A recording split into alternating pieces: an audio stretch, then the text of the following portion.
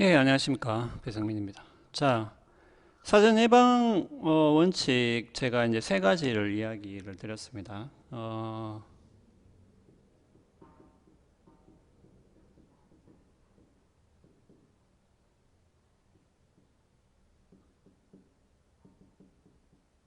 기대값 그리고 사회적 여파. 예. 그 다음에 보험이라고 그랬죠. 예. 그래서 그 사전 예방, 그 사전에 예방을 한다는 원칙인데, 요것은 제가 이제 정의는 이야기 드렸죠. 정의는. 예. 재난적 위험이 닥친다. 재난적 위험이 닥치는 것이 예상된다. 그리고 거기에서 우리가 예상할 수 있는 최악의 시나리오가 심각하다고 했을 때는 우리가 그러한 재난적 위험이 닥친다라는 어떤 증거가 설사 부족하다 할지라도 우리가 사전 예방 원칙을 적용해서 이제 조치를 취한다라는 그러한 원칙이라고 제가 이야기를 드렸습니다. 자, 여기에는 우리가 사전 예방 원칙을 우리가 취할 때는 역시 우리가 이제 사회적인 여파 이런 것들을 고려를 해서 사전 예방 원칙을 취하는 것이죠. 왜냐하면 재난적 위험이라는 것은 그러니까 여기서 말하는 사회적 여파라는 것은 제가 이제 이야기했다시피 우리가 재난이 닥치게 되면 그것이 한번 닥치게 되면은 설사 우리가 복구를 한다 할지라도 그 이전으로 돌아가기는 힘들다라는 거죠. 그러니까 재난적 위험이라는 것은 사회 자체를 이제 바꿔놓는 그런 효과가 있기 때문에 우리가 이제 그것을 미리 예방한다는 그런 측면이 분명히 있다는 것이고요. 그렇죠. 그 아무리 복구를 하고 뭐 보상을 하고 한다 하더라도 우리가 예전으로 못 돌아가는 부분이 있죠. 물론 그렇다고 해서 모든 사건이 그러냐? 아니 뭐 사소한 것들은 우리가 이제 복구를 하고 어떤 적절한 보상을 하면 그래도 이제 예전으로 어느 정도 회복이 되는데 우리가 이제 재난이 닥치거나 코로나가 닥치거나 이러면은 우리가 이제 코로나가 어느 정도 종식이 되더라도 그 이전으로 사회가 돌아가지는 않는다는 거죠.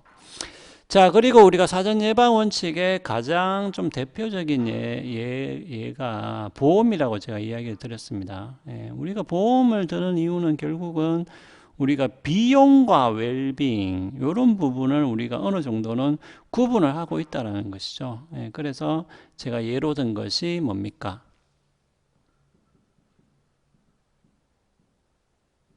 뭐 긴급 출동 서비스 이런 것들을 제가 이제 예로 들었죠. 뭐 우리가 실제로 보험에서 이제 자동차 보험에서 특약으로 긴급 출동 서비스를 집어넣고 돈을 더 많이 내죠.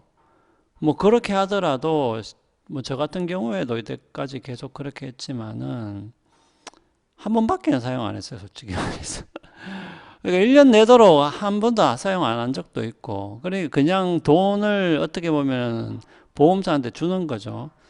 그렇다 하더라도 사람들이 여기에 이 특약을 많이 든다라는 것이죠. 왜냐하면은 그만큼 어떤 긴급 출동 서비스를 받게 되는 그러한 상황이 닥쳤을 때에 우리가 느끼는 어떤 불안감, 당혹감, 그리고 위험 이런 것들이 있기 때문에 그것을 어느 정도 예방하기 위해서 미리 이런 것들을 돈을 쓰는 것이죠. 자, 그 다음에 이제 기대값 얘기인데, 기대값은 요거는 그냥 사례를 들어야 돼요. 이거는 뭐 말로 설명하기는 그렇고, 요 사례를 제가 한번, 어떤 사례가 있냐면은, 봅시다. 2억 명의 사망자가 발생할 확률. 2억 명의 사망자가 발생할 확률이 100만 분의 1이고요. 그러니까 100만 분의 1이고 발생하지 않을 확률은 당연히 1 마이너스 100만 분의 1이 되죠. 예. 그 다음, 그러니까 요게 사건 1이고요. 그러니까 어떤 사건은 이영명이 사망할 확률이 100만 분의 1이고 사망하지 않을 확률이 이제 1-100만 분의 1이 되죠. 그러면 뭐 100만 분의 99만 뭐 9,999명 뭐 그렇게 되겠죠. 그 다음에 2번 사건은 뭐냐면은 요거는 봅시다. 2,000명의 사망자가 발생할 확률이 10분의 1. 발생하지 않을 확률은 당연히 10분의 9. 예.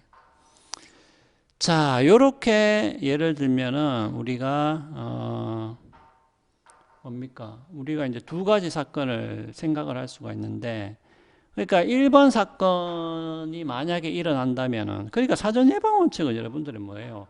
반드시 그 사건이 일어난다 그런 건 아니죠. 우리가 이제 예상을 하는 거지. 예상을 하는 거죠.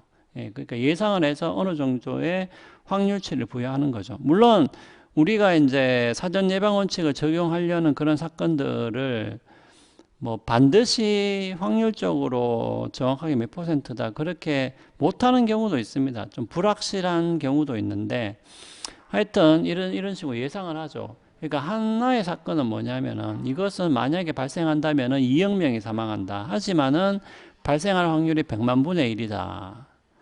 두 번째 사건은 뭐냐면은 2,000명이 사망해요. 2,000명이. 그 요거는 발생할 확률이 10분의 1이다. 예. 10분의 1은 뭡니까? 0.1인가요? 예. 예, 맞죠. 0.1이죠. 예.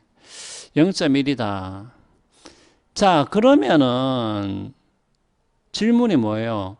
어느 사건부터 미리 예방해야 되냐? 어느 사건부터 미리 예방? 둘 다 할 수는 없기 때문에. 뭐 둘 다 할 수 없다고 합시다. 예. 그럼 어느 사건부터 미리 예방해야 할까요, 여러분들? 어느 사건부터? 그러니까 요럴 때는 요 기대값을 어떤 식으로 계산하냐 하면 요 이제 예상 사망자에다가 요것이 발생할 확률을 곱하면 돼요. 근데 이제 2억 명 곱하기 100만 분의 1 하면은 요게 200명이 되고요. 예. 그 다음에 재밌는 건 뭐냐면은 2,000명을 해도, 그러니까 요렇게 곱해도,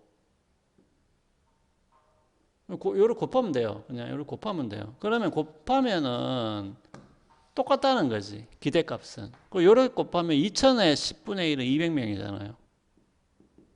근데 재밌게도 2억 명을 100만으로 나누어도 200이에요. 예. 그러니까 요것과 요것의 요 두 사건의 기대값은 같다라는 거지. 예, 같다라는 건데, 요거는 실제로 실험을 한번 해봤어요. 사람들이 이제 법대생들한테, 요거는 우리나라에서 한 건 아니고 외국에서 한 건데, 법대생들한테 물었어요. 자, 요 확률이 요렇다. 그러면 얻은 거부터 예방할래? 근데 재미있게도 1번부터 하겠다. 그러니까 2억 명이 죽는 것부터 하겠다라는 게, 여기 보면은 41%. 그러니까 이거 2번을 하겠다라는 게 몇 %지? 41%. 1번에 선택한 학생은 22%밖에 안 돼요. 예.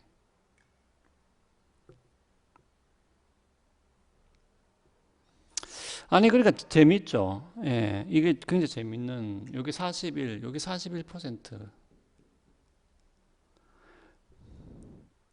아니, 그러니까 이게 재밌는 게, 여러분 보세요. 2억 명이 죽는다고 해도 사람들은 이거보다는 이거를 먼저 예방해야 된다고 생각하는 게, 왜냐하면은, 요게 10분의 1이기 때문에 이것이 아마 더 일어날 확률이 높다라고 사람들이 생각을 했을 수가 있습니다. 예. 근데 여기 보면 41이고 이게 22니까 이게 22%니까 그러니까 22%란 말은 요거부터 먼저 예방해야 된다라고 답한 사람이 22%라. 요게 근데 이제 2번부터 먼저 예방해야 된다고 한 사람이 41%니까 약 2배죠, 약 2배. 차이가 많이 나죠. 그러니까 2억 명이 죽는다고 해도 이게 100만 분의 1이니까 확률이 확 주니까 사람들이 어떻게 생각하냐 하면 그러면은 이것이 더 발생하기 쉬운 게 아닐까. 그래서 이것을 선택을 한 것 같은데 실제로 뭡니까? 실제로 이렇게 기대값을 계산해 보면은 사실은 같다라는 기대값이 200명, 200명 기대값이 같다라는 거죠. 예. 그래서 어떻게 보면은 요것은 우리가 재난적 위험의 이제 성격을 따졌을 때는 어떻게 돼요? 2억 명 쪽이 더 재난적 위험에 가깝겠죠, 사실은. 예. 물론 2천 명도 사실은 굉장히 많은 숫자인데 2억 명이라면은 예를 들면은 미국이 만약에 어떤 재난적 위험이 닥쳤을 때 2억 명이 죽는다고 하면 뭐 그냥 나라 자체가 그냥 없어진다고. 우리나라 같으면은 그냥 나라 자체가 없어지는 거죠. 예. 그러니까 이것은 굉장히 큰 재난적 위험이라는 거죠. 근데 그럼에도 불구하고 이렇게 확률을 제시해 주면 사람들이 오히려 이거부터 먼저 예방해야 된다라고 대답하는 경우가 실제로는 많다는 거죠. 그렇기 때문에 기대값이라는 것은 이런 식으로 바로 요런 요런 확률에 대한 사람들의 판단을 어느 정도 보정해주는 역할을 하죠. 기대값이. 그러니까 기대값이 같기 때문에 우리가 어떻게 보면은 조금 더 큰 재난적 위험에 대비하는 것이 오히려 어떻게 보면은 그러니까 더 그게 우선된다라고도 우리가 이야기할 수가 있겠죠. 예. 그렇기 때문에 기대값이라는 것은 이렇게 우리가 약간의 판단을 도와주는 하나의 도구가 되기도 합니다. 예. 특히 이제 사전 예방 원칙에서는 이런 부분들이 이제 중요한 부분들이죠.